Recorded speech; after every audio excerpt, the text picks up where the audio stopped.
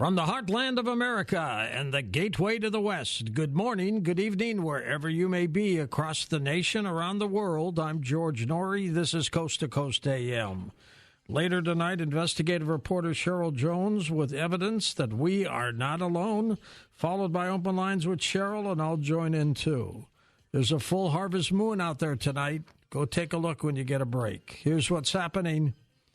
The Chinese government is pouring billions of dollars a year into a global campaign of disinformation, using investments abroad in an array of tactics to promote Beijing's geopolitical aims and squelch criticism of its policies, according to a new State Department assessment.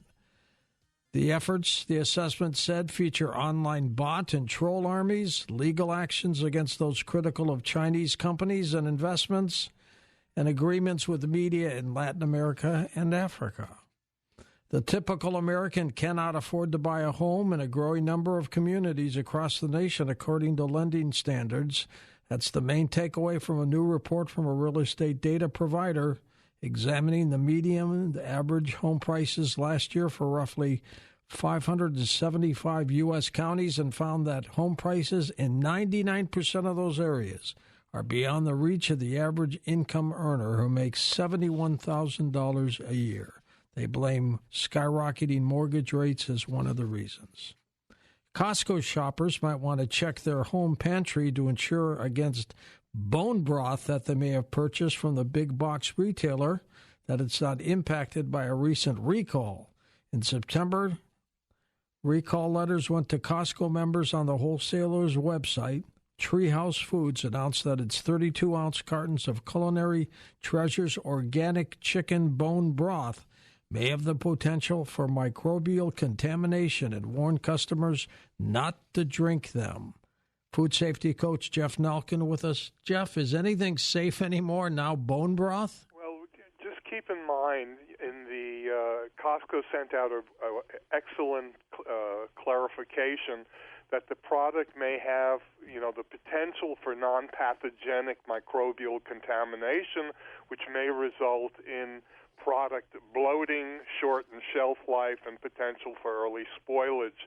So that if anybody feels that they may have these products, they have a phone number of 1-800-236-1119 tomorrow to give a call and to get clarification.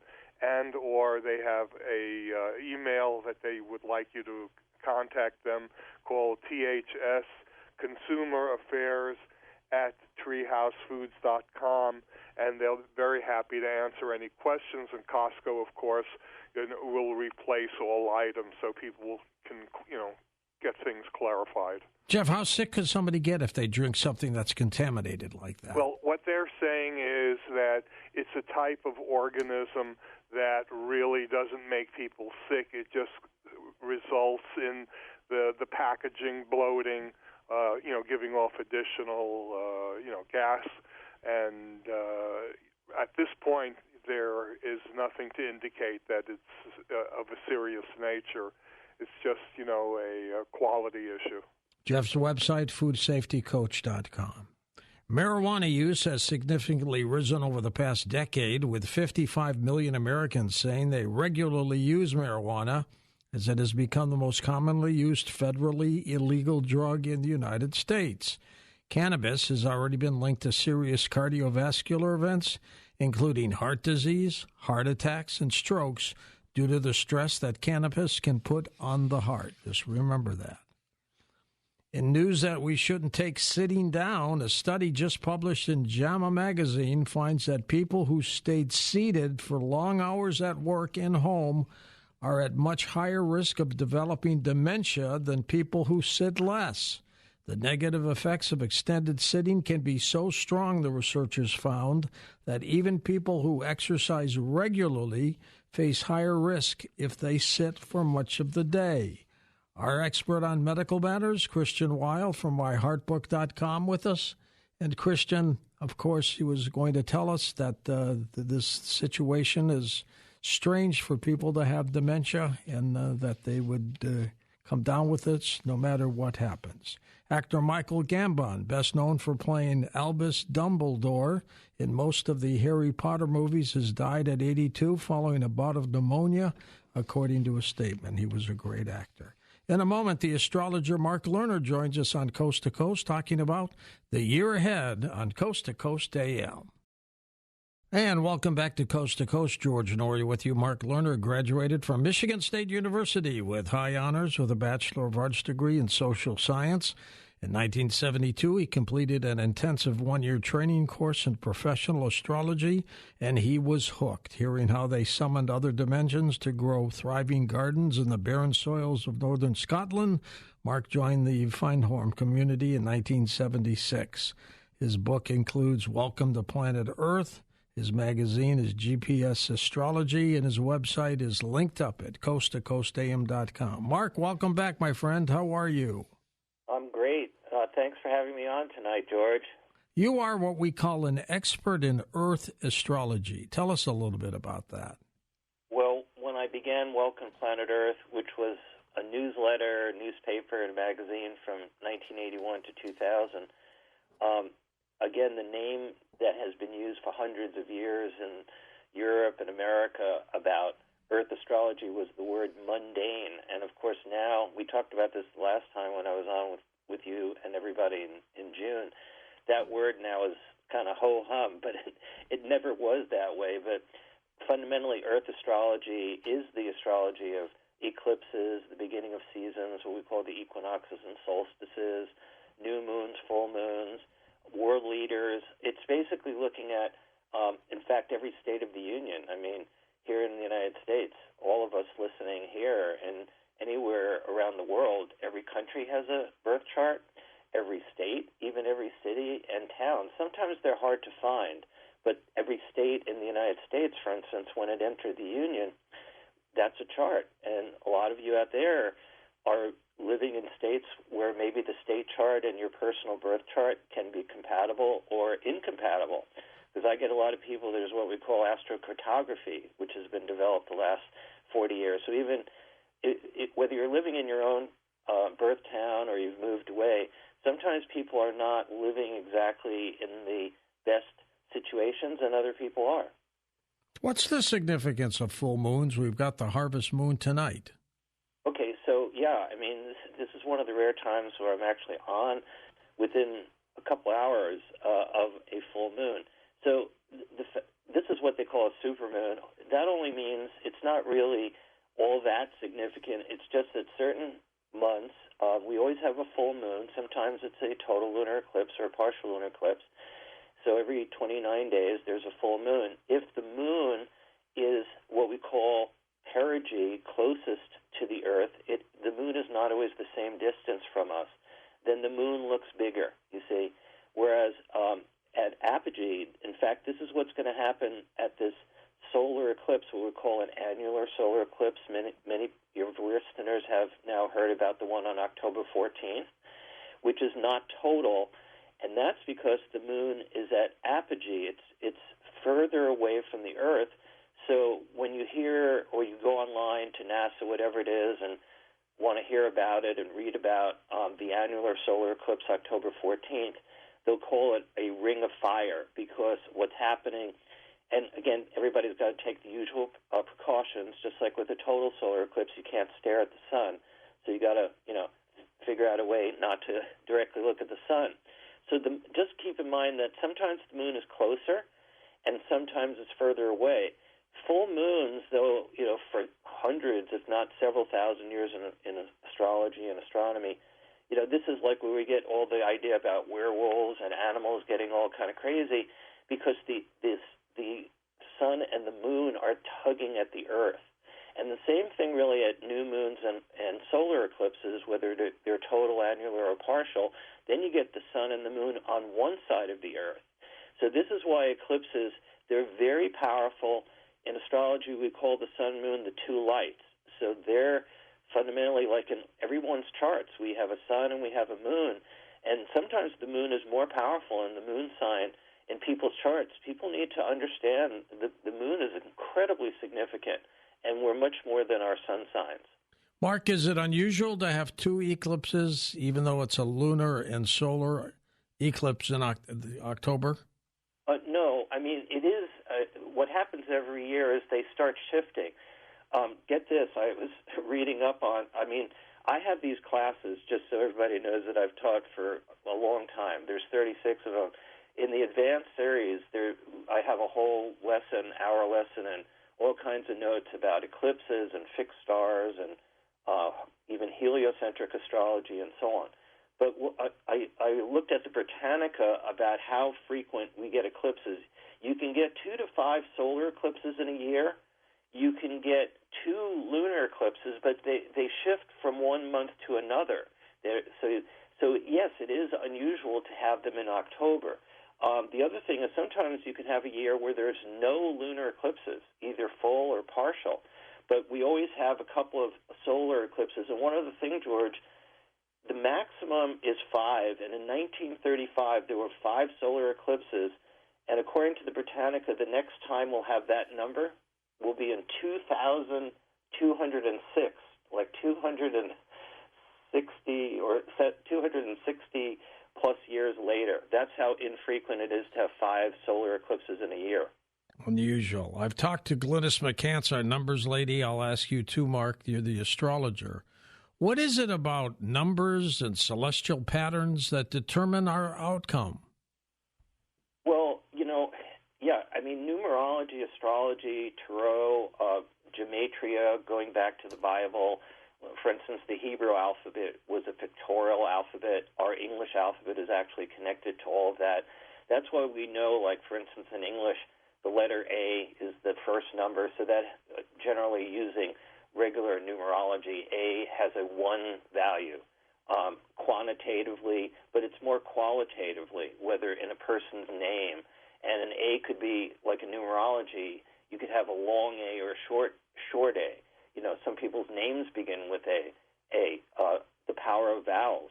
B is the second letter. That's a 2, and so on. C is 3, and so on.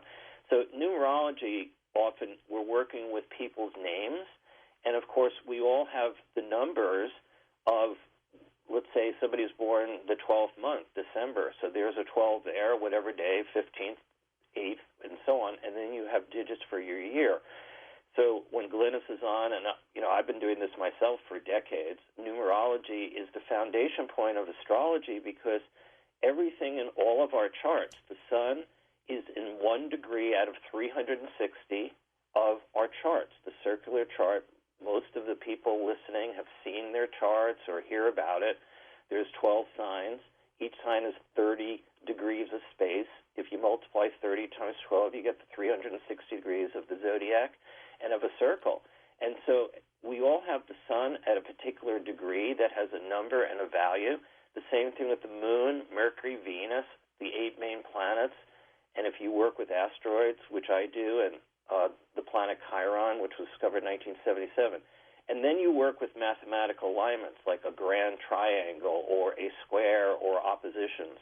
They're part of what we call aspects in astrology. So everything is part of like the great geometry of the heavens and what we all learned when we were studying geometry in high school. But I love those classes, and somehow I made it to studying astrology, which is like cosmic geometry. Astrologically speaking, Mark, when there's a full moon, what does that mean to us? Well, what's happened is that, again, if we go back hundreds of years, let me put it this way. Humanity was used to this kind of thing all over the world. Now, if you have a cloudy sky or it's raining, the moon will be out there, but you're not going to be able to see it full. But it's such a stark reality. So I think, I'm sure there's so many books about how we get mythologies and how ancient peoples, for instance, they would get their shamans and so on, because astrology and astronomy and looking at the heavens, and we even have calculations going back several thousand years to the Middle East, India, China, all over the world, where astronomers were watching, say, Jupiter-Saturn conjunctions every 20 years. As far as the full moon is, it does disturb, shall we say, the atmosphere, animals, birds, and so on. So that's why there's been so many movies, particularly in the recent years about, zombies and werewolves and strange behavior, because what's happening, again, like before, when the moon is full, the sun and the moon are tugging at the earth, just like the tides, and that has an impact on all of our lives, okay? So, but in the ancient world, the thing is, as the moon keeps changing its phases, the full moon was always important, and this is important for us to think about in the ancient world, because so many of us live in these, well-lit cities with artificial light, that this is how people needed to protect themselves, from enemies and so on. You'd have people guarding your town and so on to make sure somebody didn't attack you, and if the moon was full, you could see things. When SEAL Team 6 took down Osama bin Laden as example, I think there's that movie Zero Dark 30. Yeah. A lot of this stuff happens still. These are warfare things that are really shocking, but having studied so much history and current events, they didn't just go in there, to this unusual area, during a bright, sunny day. I mean, a lot of this is like all planned, and, they don't tell us about this, the Defense Department and so on, to go in when people are asleep, and there isn't a moon, like what we call the dark of the moon, just before a new moon, in order to, obscure helicopters or whatever it may be. Mark, any news on the outer-reaching planets and these other celestial objects out there in the solar system? Well, yeah, there's a combination of things that's very disturbing. We all think we're sort of out of that horrible COVID situation, and of course many of us are reading, okay, there are these different variants, how serious is it? Everybody's got different opinions. Oh, it's, more like the flu. Other people have come down with it. And depending on people's health, it can be very serious. Now, here's where I wanted to mention this. There's a planet called Eris. Okay, it was discovered in 2005. It has a cycle of 559 years. It's one of these planets beyond Pluto. Now, on October 20th and 21st, right between these two eclipses, okay, the October 14th annular solar eclipse, which is actually coming through Oregon, Nevada, New Mexico, through San Antonio, Texas, goes into Mexico. That particular eclipse is on the 14th. The other one I definitely want to talk to everybody about, October 28th, which is a partial lunar eclipse, because that's connecting to the great stock market crash in New York from 1929. So I want to mention that fairly soon here. But Eris and the nodes of the moon, a lot of people know their charts. There are these two horseshoe figures. It has to do with the fate destiny points as the moon and the earth and the sun coordinate. And what's happening is Eris, this faraway planet in mythology, this planet was named after the sister of Mars. She was the one in mythology who created, in a sense, was the catalyst for the Trojan War, because she wasn't invited to a particular marriage. And these mythologies are part of these planets.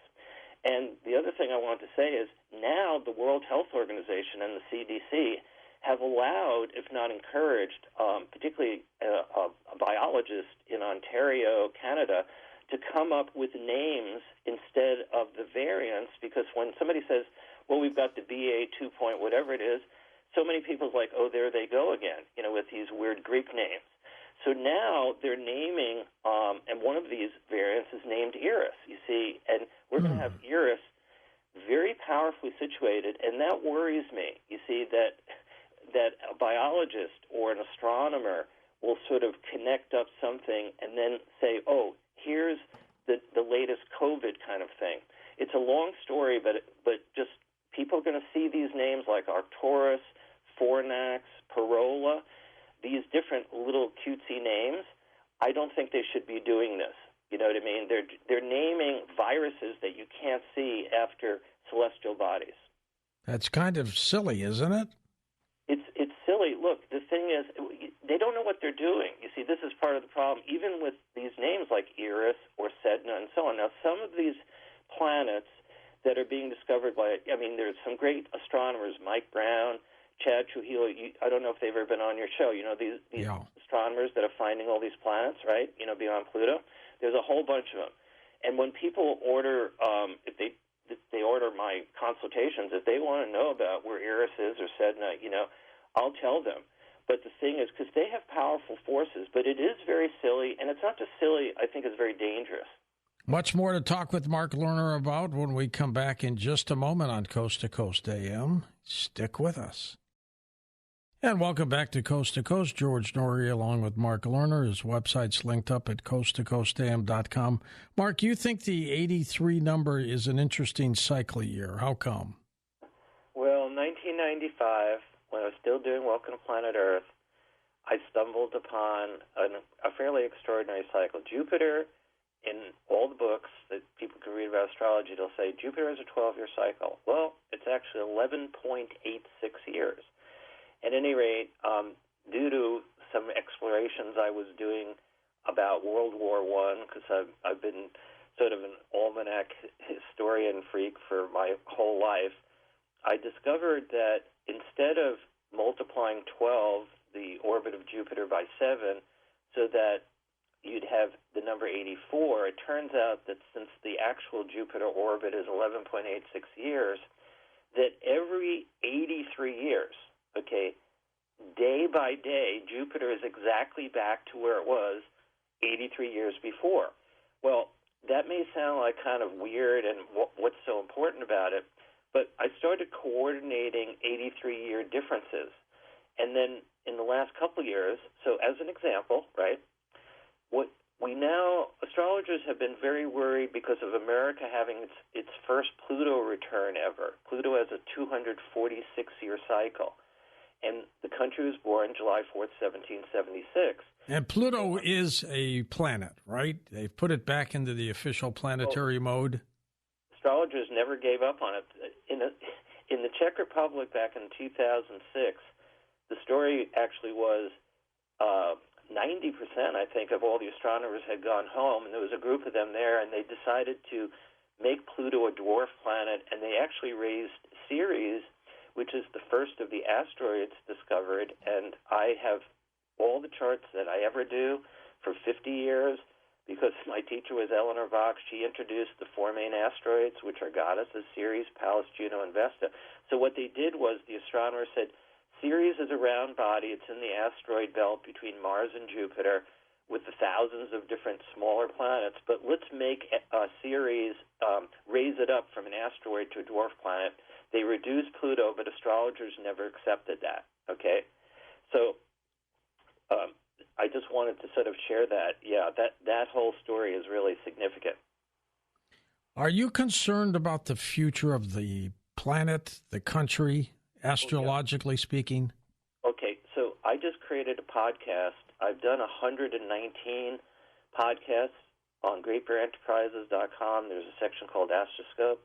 This is the big astrology picture of September of this year to April of next year. It's on the two eclipses in October. Then we have this big one, April 8th, 2024, that comes up from Mexico through the southeast states and then sort of heads toward New England, but it goes through like western New York and western Kentucky and different states, and then heads toward Newfoundland.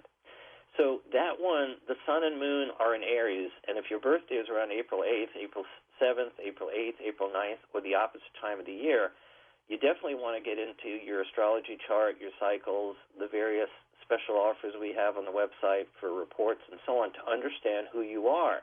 Because here's the thing, Chiron. Remember, you always ask me about my research on UFOs and stuff like that, right? Right. Have I ever discovered anything? So Chiron, which is a little planet that orbits between Saturn and Uranus, will be exactly conjunct. I mean, this is absolutely precise, George, the sun and moon on April 8th of 2024. In other words, here we are talking about the annular, solar eclipse on the 14th when you're going to be in Ohio, right? Yep. Doing your show. Well, the United States, what's happening with this particular cycle is the sun and the moon are together, but they're not conjunct Chiron or, in the sky. The one on April 8th of 2024, and this is an absolutely precise conjunction. So let me just bring up Chiron for a minute, okay, here. Chiron is an extraordinary planet. We didn't discover it until 1977. It was discovered in the fall. That was the year that Star Wars came out, in the spring, in May of 1977. Close Encounters came out in the fall. I took all these people. I'd come from Findhorn, showed them in New York City, went back over and over again for Close Encounters. That was the year when the 2 Voyager missions were sent.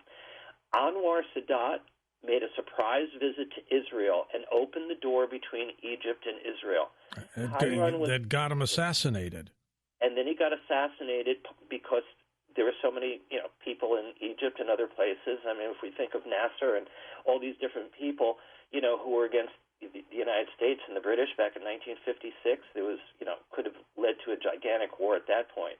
And he was changing things. So Chiron has to do with synchronicity. Shamans, mentors, ETs, UFOs, even astrologers, everything that we use the term synchronicity, okay, this is all part of that. Even Rod Serling, for instance, lived a Chiron cycle of 50 years. He was born in 1924. He died in 1974. His natal Chiron is conjunct Chiron from when the United States was born in July 4th, 1776. One other thing, you know that the weird history of Thomas Jefferson and John Adams both dying on the same day? What's that story? No. July 4th, 1826. People can look it up. They were rivals, of course. Thomas Jefferson, the third president, John Adams, the second, who was a one-term president. They didn't exactly like each other. They weren't from the same party. They died on the same day when Chiron came back, 50 years after the country had been formed. Another thing, let me just throw this at you. So when the Kenneth Arnold event happened, the 9 flying discs, 1947. 2 weeks before Roswell, there was an exact time. I have this in my podcast when I focused on Star Wars and Close Encounters, George Lucas, all of these movies, Steven Spielberg.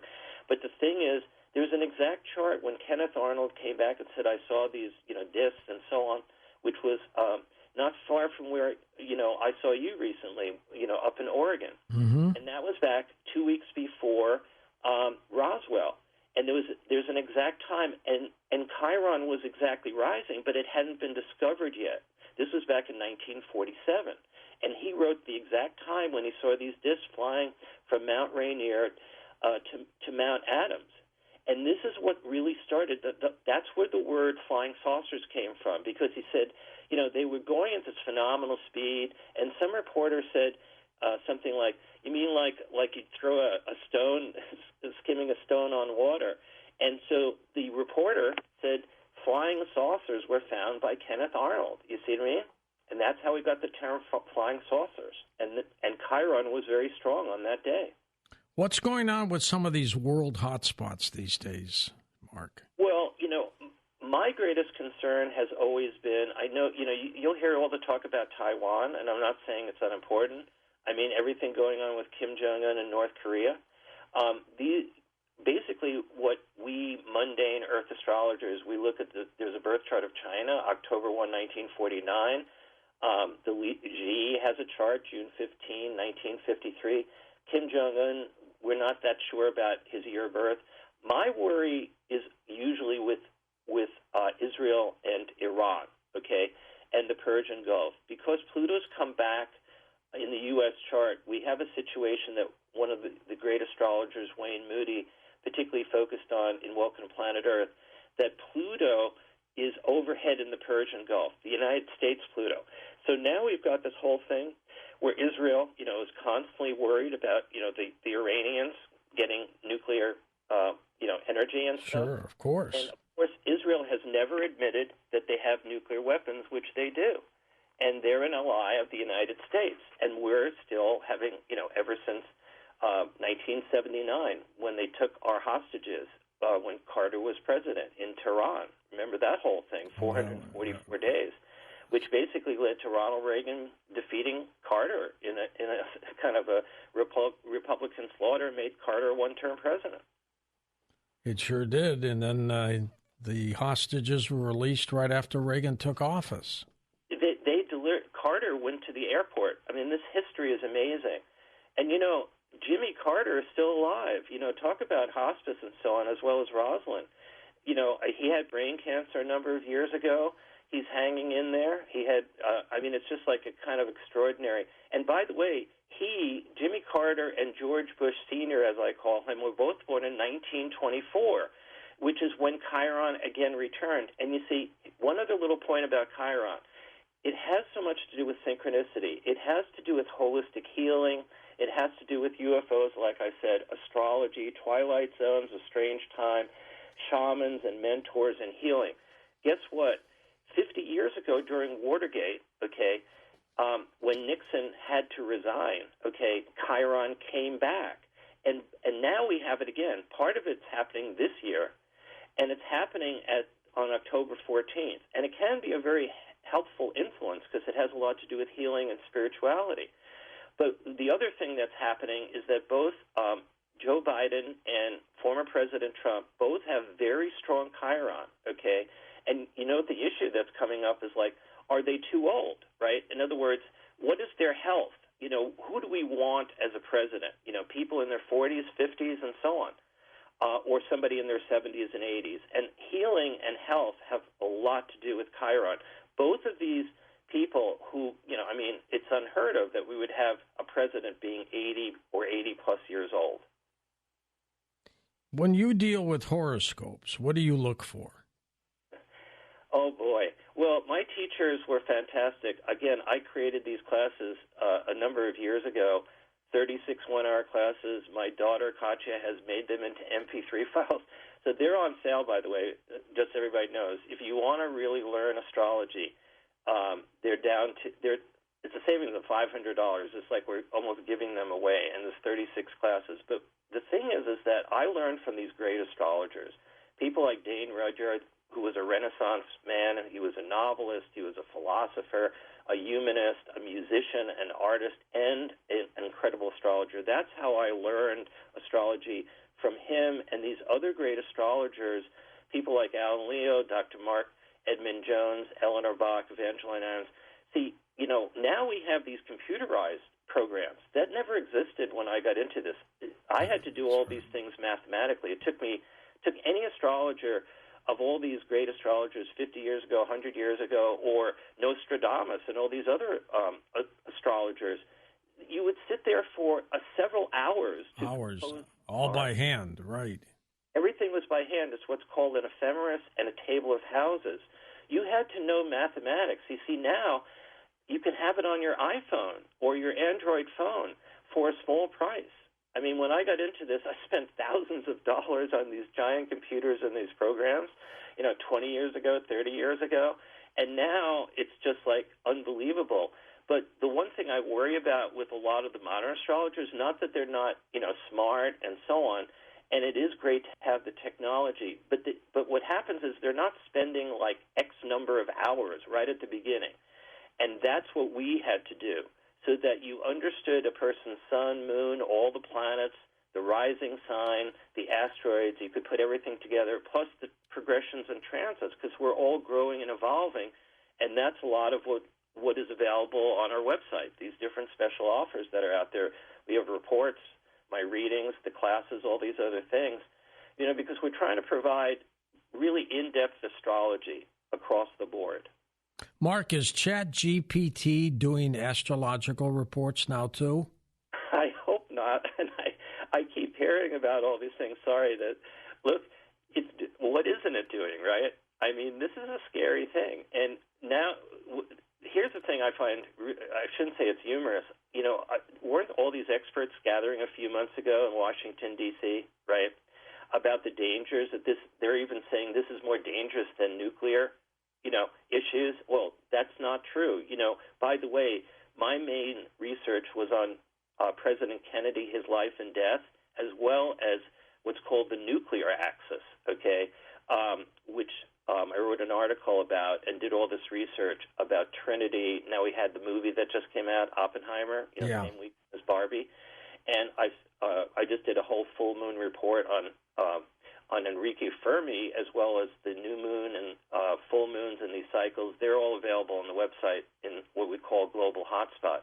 And Enrique Fermi, by the way, was only 41 years old when he supervised the first controlled nuclear chain reaction in Chicago, December 2nd, 1942. By the way, that was only 12 days after Joe Biden was born. Just so everybody out there knows, President Biden is what I call a Venusian. He's born with Sun conjunct Venus. Former President Trump is more Mars-oriented because he has Mars rising. He's born at a total lunar eclipse, former President Trump, and he has extremely strong Mars energy. So when you look at one person or another, and this is also in all of our lives, some people are like Venusian, some people are more martial, some people are more mercurial, some people are more Jupiterian, Saturnian, depending on the powers of their chart.